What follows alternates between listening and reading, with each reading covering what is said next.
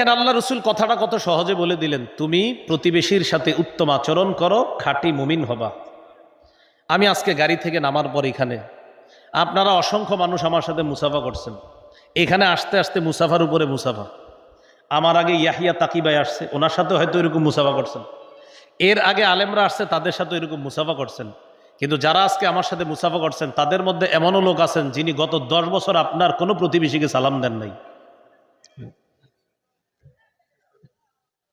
তাহলে মুসাফা করলেন আমার সাথে নামার পর, কিন্তু এমনও লোক আছেন প্রতিবেশীর সাথে গত 10 বছর আপনি সালাম দেন না। কেন? আরে হ্যাঁ, তো আমার পাশের ঘরের আব্দুর রহিম, আরে কি সালাম দেন? এত পাশের ঘরে ইউসুফ মিয়া, আরে সালাম দেন না কেন? আহা হুজুর তো বাতিজা আমার, সালাম দেন না। অথচ আল্লাহ রসুল সাল্লাল্লাহু আলাইহি সাল্লাম বলেন, প্রতিবেশীর হক আদায় করো, প্রতিনিয়ত সালামের মাধ্যমে হলেও প্রতিবেশীর হক আদায় করো।